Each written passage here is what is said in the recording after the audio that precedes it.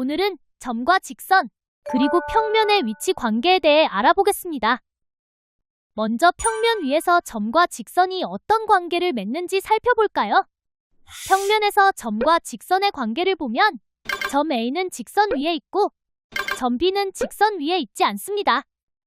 이때 직선이 점 A를 지나거나 점 B를 지나지 않는다고 표현합니다. 많은 친구들이 위에 있다는 말을 말 그대로 위에 있다고 생각하는데 이게 아니라는 것 꼭 기억해 주세요.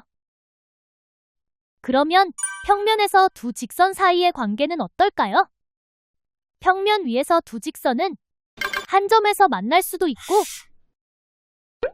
두 직선이 완전히 일치할 수도 있으며 만나지 않는 평행한 상태가 될 수도 있습니다. 평행하다는 건 기호로 이렇게 나타냅니다. 여기서 이 두 가지는 만나고 있고 평행한 두 직선은 만나지 않습니다. 이번에는 시각을 넓혀 공간에서의 두 직선 사이의 위치 관계로 넘어가 보겠습니다. 공간에서는 평면과 달리 아주 독특한 관계가 하나 더 등장하는데요. 바로 꼬인 위치입니다. 하나씩 살펴봅시다. 먼저 한 점에서 만나는 경우입니다. 또 완전히 일치하는 경우와 평행한 경우가 됩니다. 여기까지는 평면에서 위치 관계와 똑같은데요. 아까 말한 꼬인 위치를 보여드리겠습니다. 이 세 가지 경우는 한 평면 위에 있지만 꼬인 위치는 한 평면 위에 있지 않다는 것 꼭 기억해 주세요. 그리고 여기 두 가지 경우는 서로 만나고 평행할 땐 만나지 않습니다. 마지막으로 꼬인 위치는 공간에서 두 직선이 만나지도 않고 평행하지도 않습니다. 이번에는 공간에서 평면과 직선 사이의 위치 관계를 알아봅시다. 첫 번째, 한 점에서 만나는 경우입니다. 또 직선이 평면에 포함되는 경우입니다. 마지막, 평행한 경우입니다. 평면 위에 한 점을 지나도록 직선을 그려주면 이렇게 되고 두 번째는 평면에 그려주면 됩니다. 마지막으로 평행한 것은 평면과 나란히 그려주면 되겠죠? 이렇게는 서로 만나고 있지만 평행할 땐 만나지 않습니다. 이번에는 직선과 평면의 수직 관계와 사이의 거리를 봅시다. 직선 L이 평면 P와 한 점 H에서 만나고 평면 위의 모든 직선이랑 수직일 때 직선과 평면은 서로 수직이다 혹은 직교한다고 말합니다. 기호로는 이렇게 표시합니다. 수직과 직교라는 뜻과 그때의 기호를 잘 기억해 주세요. 그림에서 점 A에서 평면까지의 수선의 발은 수직으로 내려지는 점으로 H가 됩니다. 또 수선이란 수직인 직선을 뜻하므로 평면의 수선은 L이 됩니다. 마지막으로 점 A와 평면까지의 거리는 그 점에서 수선의 발까지의 거리입니다. 가장 짧은 거리라고 생각해도 좋습니다. 정리하면 점 A에서 평면 P에 내린 수선의 발을 H라고 할 때 선분 AH의 길이를 점 A와 평면 P 사이의 거리이자 가장 짧은 거리라고 합니다. 이제 공간에서 두 평면의 위치 관계를 살펴봅시다. 평면 P와 Q는 평행하거나 한 직선에서 만날 수 있습니다. 여기서 이렇게 수직으로 만나는 경우는 수직이다 혹은 직교한다고 하며 기호로는 이렇게 표현합니다. 또한 완전히 일치할 수 있습니다. 두 평면이 평행하면 만나지 않고 이 두 가지 경우에서는 만나게 됩니다. 자, 그럼 지금까지 배운 내용을 바탕으로 개념 확인 문제들을 함께 풀어볼까요? 첫 번째 문제입니다. 직선 L 위에 있는 점과 위에 있지 않은 점 구하시오.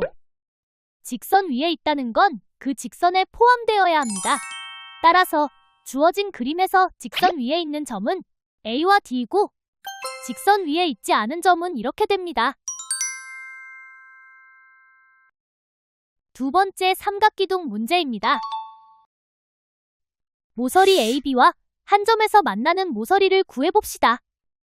먼저 점 A에서 만나는 모서리는 이렇게 두 개이고 점 B와 한 점에서 만나는 모서리는 이렇게 됩니다.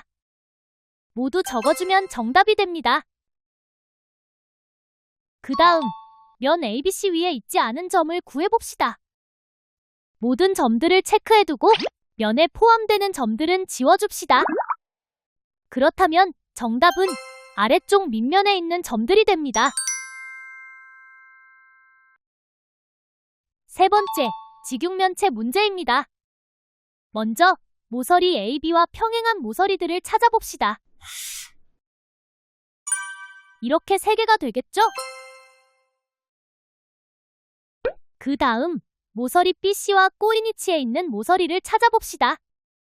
꼬인위치라는 건 만나지도 않고 평행하지도 않아야 하겠죠? 우선 모든 모서리를 체크해서 만나는 것을 지우고 평행한 것도 지워봅시다. 남아있는 모서리가 바로 꼬인위치에 있는 모서리가 되겠습니다. 다음 문제는 밑면이 정육각형인 육각기둥 문제입니다. 먼저 모서리 CD와 수직인 모서리를 찾아봅시다. 수직이라는 건 90도를 유지해야 하므로 여기 두 모서리가 됩니다. 그 다음 모서리 BH와 꼬인위치에 있는 모서리를 찾아봅시다. 꼬인위치는 만나지도 않고 평행하지도 않아야 합니다. 아까와 동일하게 모든 모서리를 체크해두고 만나고 있는 모서리를 지웁시다. 그리고 평행한 모서리까지 지워줍시다. 이제 남은 모서리를 써주면 정답이 됩니다. 마지막 문제입니다. 오른쪽의 삼각기둥을 보고 질문에 답해봅시다. 먼저 면 ABD와 수직인 면을 찾아봅시다. 수직이라는 건 90도가 되어야 합니다. 이 면과 90도를 유지하고 있는 면은 이렇게 두 개가 됩니다. 다음으로 점 A와 모서리 D 사이의 거리를 나타내는 모서리를 찾아봅시다. 점과 모서리 사이 거리는 수선의 발까지의 거리, 즉 가장 짧은 거리입니다. 여기 점에서 이 모서리까지의 수선의 발을 내려주면 점 D가 됩니다. 따라서 점 A와 모서리 D까지의 거리는 모서리 AD가 됩니다.